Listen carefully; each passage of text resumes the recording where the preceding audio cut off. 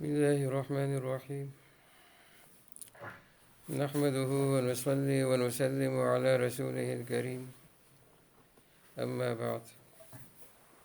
باب الرجاء.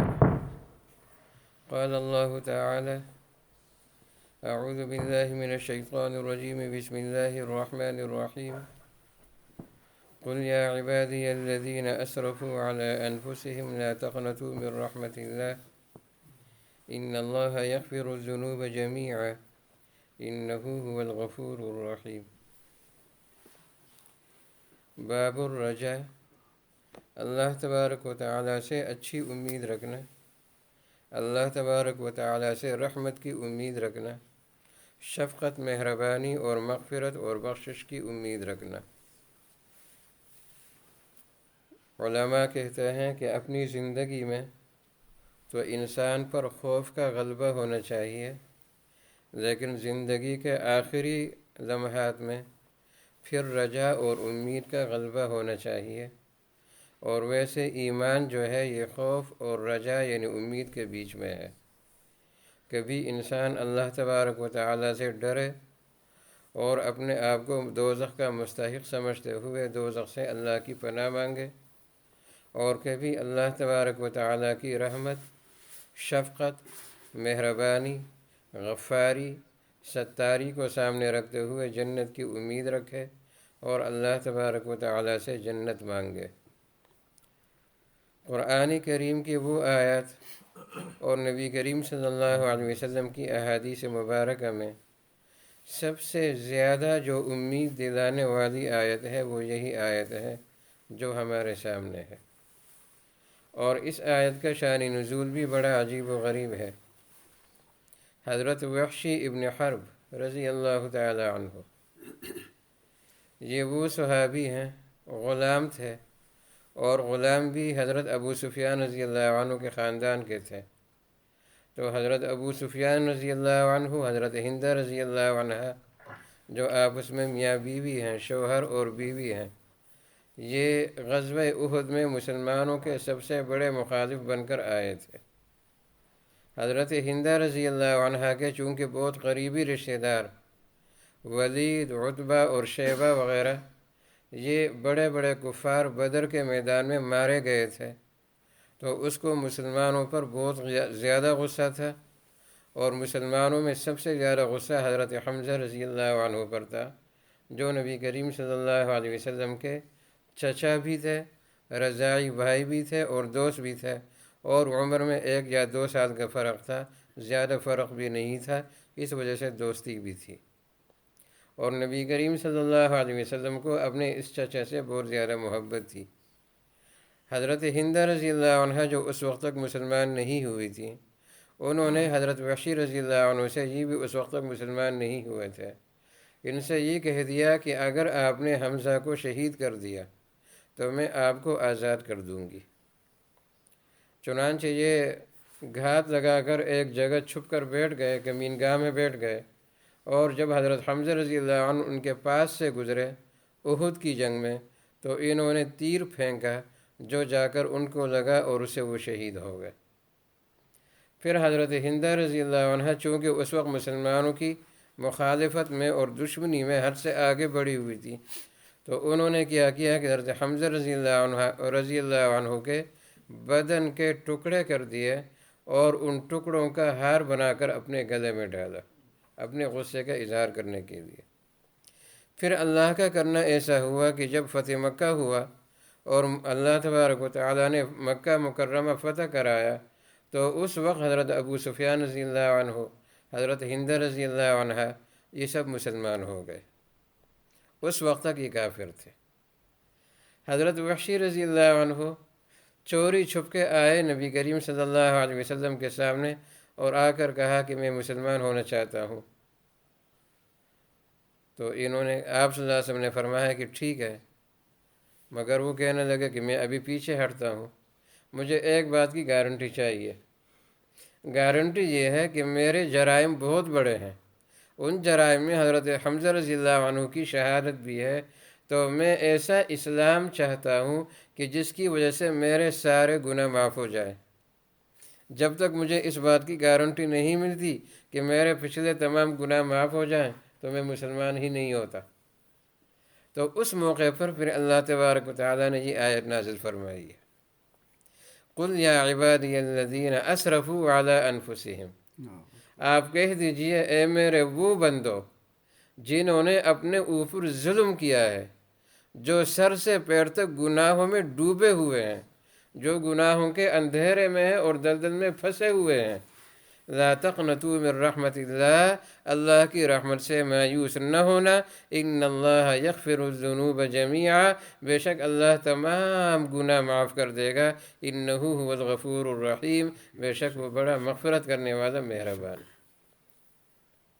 ایک حدیث میں نبی کریم صلی اللہ علیہ وسلم نے فرمایا کہ اگر ایک انسان کے گناہ اتنے زیادہ ہوں کہ وہ زمین سے آسمان تک پہنچ جائیں، یعنی بیچ میں کوئی جگہ خالی نہ رہے، پوری زمین بھر جائے، پھر فضا بھر جائے اور بھرتے بھرتے وہ گناہ آسمان تک پہنچ جائیں، اگر وہ سچے دل سے توبہ کرتا ہے تو اللہ اس کے گناہوں کو بھی معاف کر دیتا ہے۔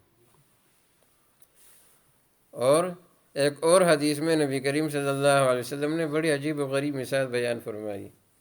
اس میں فرمایا کہ اگر ایک آدمی سفر میں ہو اور وہ کسی صحرا میں چل رہا ہے، جنگل میں ہے، بیابان میں ہے، اس کے ساتھ اس کا اونٹ ہے اور اس کے اونٹ پر کھانے پینے کی چیزیں ہیں، سفر کرتے کرتے یہ تھک گیا، ایک درخت کے سائے میں اس نے اونٹ کو کھلا چھوڑ دیا کہ یہ چارہ وغیرہ چر لے، اور اس نے سوچا کہ میں تھوڑی دیر کے لیے آرام کرتا ہوں، اور جیسے ہی اس کی آنکھ لگی اور جب آنکھ کھلی تو دیکھا کہ اونٹ ہے ہی نہیں۔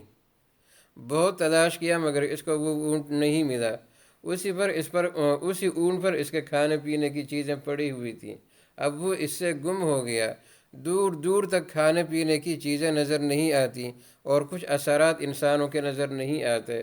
زندگی سے مایوس ہو کر یہ اس درخت کے نیچے دوبارہ لیٹ گیا کہ اب تو بھوک اور پیاس کی وجہ سے موت آئے گی۔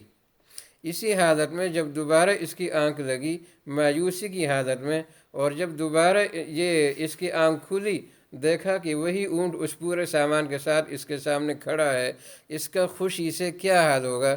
یہ اتنا زیادہ خوش ہوا اس اونٹ کو دیکھ کر اور اس پر اپنے کھانے پینے کی چیزیں دیکھ کر کہ بہت زیادہ فرطی جذبات میں اللہ تبارک و تعالیٰ کا شکر ادا کرنا چاہتا ہے اور یہ کہنا چاہتا ہے کہ اے اللہ میں تیرا بندہ ہوں اور تو میرا رب ہے، لیکن زیادہ خوشی کی وجہ سے اس کی زبان سے صحیح الفاظ نہیں نکل رہے، اور یہ کہتے ہیں اللہم انا ربک وانت عبدی، اے اللہ میں تیرا رب ہوں اور تو میرا بندہ ہے۔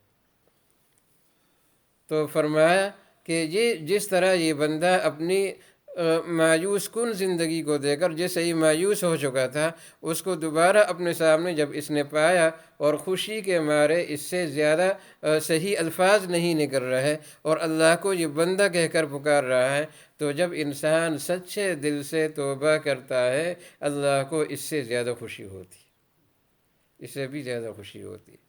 تو یہ ہے امید، اور یہ توبہ اور استغفار یہ ایک ایسا ہتھیار ہے کہ شیطان اس کی وجہ سے مسلمانوں سے پریشان ہے۔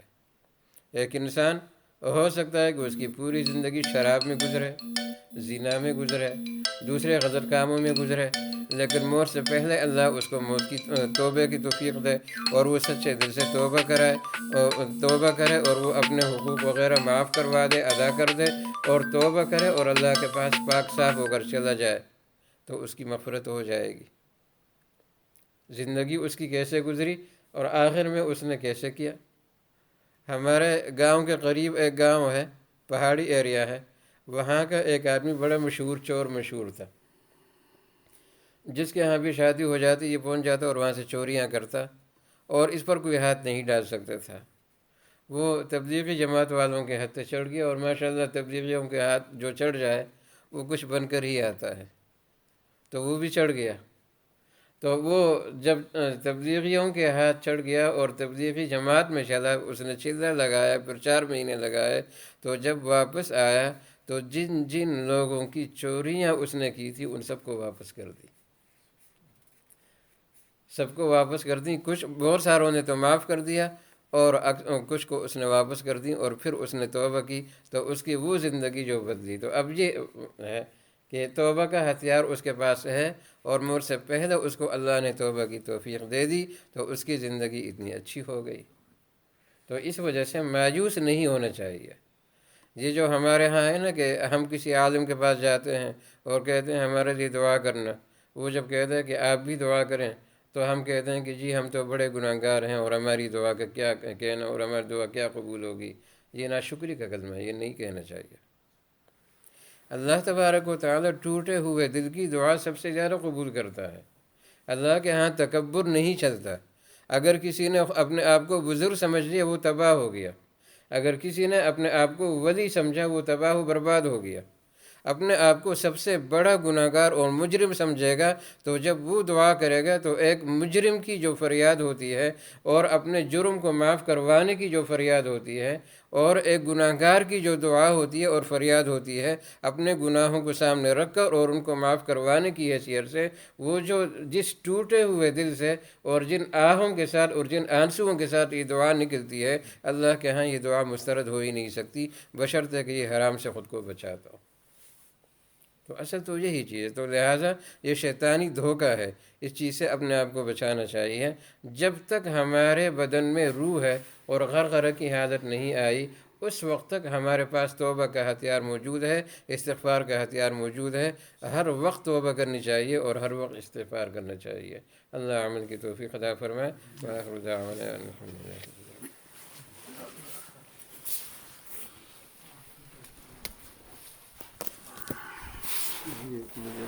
میں بھیج دیتا ہوں.